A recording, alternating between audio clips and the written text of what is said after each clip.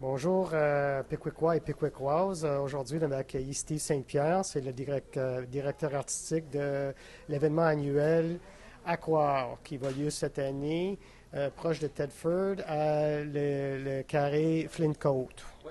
C'est un événement qui est déjà un peu d'historique à l'arrière-rue. Ça fait, Steve, ça fait quoi, la troisième année? C'est la troisième édition, oui, La pour troisième l'événement édition, Aquar, ouais. à la carrière Flintcoat de Thetford Mines, c'est ça. OK, c'est bon. Puis ça a l'air, qu'est-ce que j'ai entendu cette année, ça va être plus gros que l'année passée, qui était plus grand que l'année précédente. Exactement. Donc en 2006, il y avait 50 œuvres sous-marines. En 2008, 12 sculptures permanentes, 80 œuvres en dessous de l'eau. En 2009, cette année, 200 œuvres d'art qu'on met sous l'eau. Et puis il y a 10 conférences toute la fin de semaine. Beaucoup d'activités pour toute la famille. OK.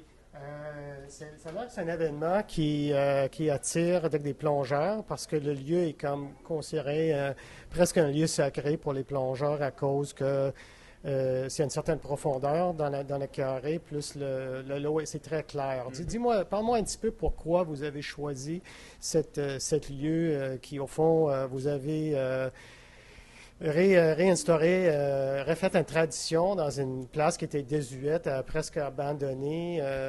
Parle-moi de la métaphore de l'activité, puis comment ça a commencé, puis OK. est-ce que tu es capable Je vais commencer par dire un peu là, la carrière Flintcoat. Pourquoi la carrière Flintcoat?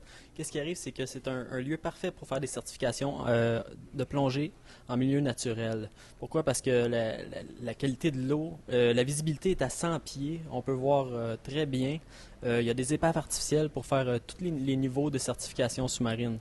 Donc, il y a une autobus sous l'eau, on peut faire les plongées de nuit. Il y a juste la plongée en dérive qu'on peut pas faire en niveau 2. Donc, il y a beaucoup de plongeurs qui vont là à chaque année. Il y en a à toutes les fins de semaine. Vu que c'est la troisième édition, il y a eu Charlene Audrey-Chouinard qui a eu cette idée-là en 2006, donc de faire une galerie d'art sous-marine. Elle m'a trouvé et puis rapidement je me suis trouvé directeur artistique parce que je connaissais beaucoup d'artistes, surtout à Sherbrooke dans les environs. Et puis c'est ça, là, j'aime bien communiquer aux artistes l'intérêt là, de les exposer sous l'eau. Donc c'est ça ma job, là, d'appréhender comment exposer des œuvres sous l'eau pour pas qu'elles se détériorent. Et puis c'est ça, dans le fond on fait ça à Thetford Mines. Steve, c'est quoi la date où ça commence cette année? OK, c'est le 31 juillet, 1er et 2 août, à la carrière Flintcoat de Thetford Mines. Vous pouvez voir plus d'informations sur le site internet www.aquar.ca. On est toujours à la recherche de bénévoles et on recrute des artistes à l'année longue. Donc, pour les événements à venir, et si c'est possible même pour cette année, si ça donne. Donc, vous êtes bien invités.